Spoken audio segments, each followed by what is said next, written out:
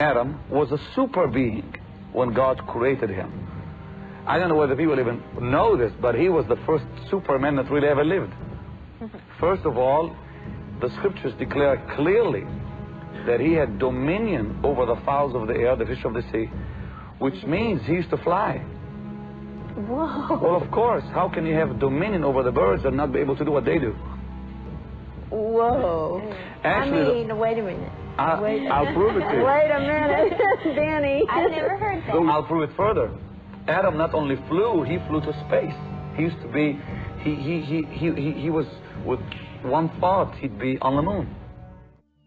There is no biblical basis for these strange claims about Adam. So now it must be asked, is this what Genesis 1:26 even means when it says that God created man in the image of God?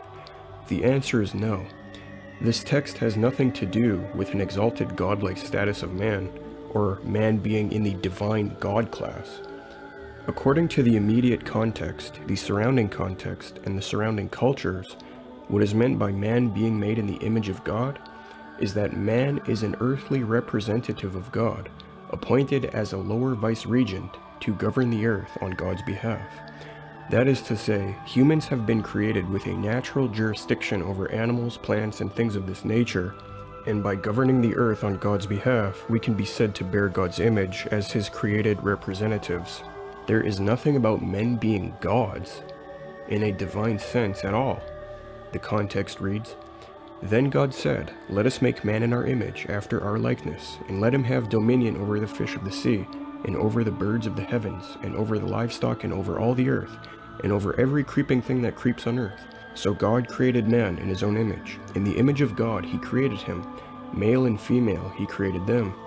And God blessed them, and God said to them, be fruitful and multiply, and fill the earth, and subdue it, and have dominion over the fish of the sea, and over the birds of the heavens, and over every living thing that moves on the earth. And God said, behold, I have given you every plant yielding seed that is on the face of the earth, and every tree with seed in its fruit. You shall have them for food. And to every beast of the earth, and to every bird of the heavens, and to everything that creeps on the earth, everything that has the breath of life, I have given every green plant for food. And it was so." Unquote. Genesis 1:26-30.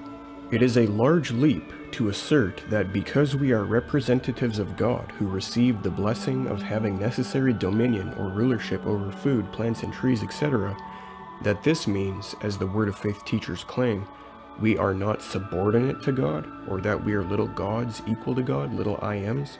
That is totally heretical. When I read in the Bible where he says, I am, I just smile and say, yes, I am too. You say, Benny Hinn, am I a little God? You're a son of God, aren't you? You're a child of God, aren't you? You're a daughter of God, aren't you? What else are you? Quit your nonsense. What else are you?